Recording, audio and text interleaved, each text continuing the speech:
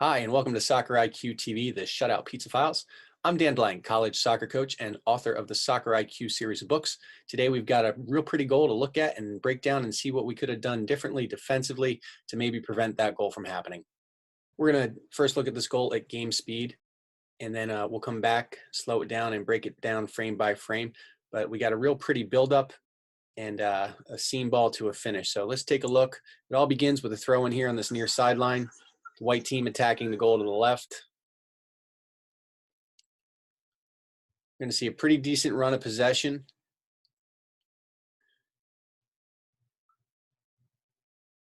We've got the dark team chasing quite a bit here. There's that killer pass. Great first touch. And the finish was clinical there. Okay, so we're going to start this clip about halfway through and look at a couple of the defending decisions that led to the breakdown, that led to the goal. So we're going to let it run from here. And the first thing I want you to notice is the center forward sort of moving between the two center backs and settling into a position in there. So she's picked a great position, and when she ultimately receives the ball here, she's got a lot of room. So that's the first problem. That's just too easy. If you're this center back, you have to constantly be evaluating where the biggest threats are coming from. And in this situation, there's a couple of indicators as to why this side of the field is way more threatening than the other side of the field. The first one is the positioning of the attackers. So this white attacker is about even with the ball. She's higher up the field. This attacker over here, she's probably 3 or 4 yards behind the ball. Not to mention there's a defender with a nice head start on her here. This white attacker is the most immediate threat to our team. The other thing she has to be aware of is her outside back here is in a bad spot. And she has to realize that she has no cover to this side of her. And knowing that, if you know you don't have cover there, you know you have a seam there. And so at that point, what you have to do is you have to do everything in your power to close that seam.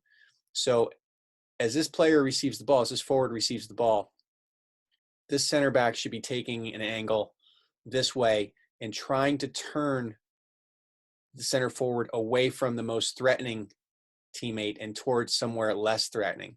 So her step needs to be into here and just to try to talk the attacker out of playing to this side of the field. So that's the first problem, the positioning of the center backs on the entry ball, and then not recognizing, not evaluating the situation, and not steering the center forward away from the most dangerous seam. Okay, so we're going to backtrack here just a little bit to protect the innocent, I guess. But the player I've been identifying as the outside back in the earlier clip, she may not actually be the outside back. I have a suspicion that she's actually a holding mid. And as you watch, as the ball comes into this player here for the white team, you'll see this player who comes darting out of what I assume would be the right back spot to confront the ball. And because she does that, I think that's what sets everything sort of out of sorts. And I'll say this for sure, the dark team's going to be in much better shape if this player stays home and allows this player to confront the ball from a better angle. But as she comes bursting forward, at this point, this player has become the right back. And when the ball reaches this center forward here, we need our supporting defenders to be behind the first defender, behind the pressuring defender, and off at basically a 45-degree angle. So not only is she not behind the first defender, she's actually in front of her. And that makes this seem indefensible. So she hasn't retreated back into a position here where she can kind of keep play to the outside of her. She can't make the attacking team play in front of her. She's just too high up the field. And if you look at her body shape right now, in comparison to the attacker is ready to run a race in this direction. This player clearly is not.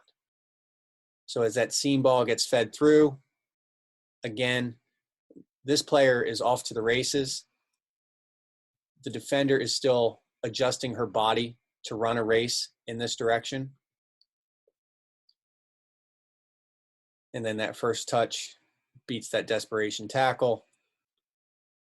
And then it's a pretty simple finish. So I think the early organization or lack thereof is sort of what may have led to this goal. I have a feeling that the right back lost her patience and went lunging forward to try to confront the ball when it should have been the holding mid's job to do that. But regardless, when you're that covering defender, you have got to take up a position that protects the seam and keeps play in front of you and wide of you. If you give up seam balls, you're going to give up goals. So that's why I say it's a commandment of defending that you can't get split. We don't get split. We never get split. You can't successfully defend if you don't know how to clog those seams. There's a great little 2v2 drill in Shutout Pizza that is excellent for exactly this purpose. If you haven't taken advantage of that drill yet, I highly recommend you do it. By the way, your defenders won't love that game. It's a lot of hard work. I usually do it in 45-second to 60-second bursts and then swap out the two defenders. But it is the best game I've seen for teaching that organization, that movement that leads to defenders being organized and shutting down interior seams. Thanks for joining me here at Soccer iQTV, the Shutout Pizza Files. I'm Dan Blank, and I will see you next time.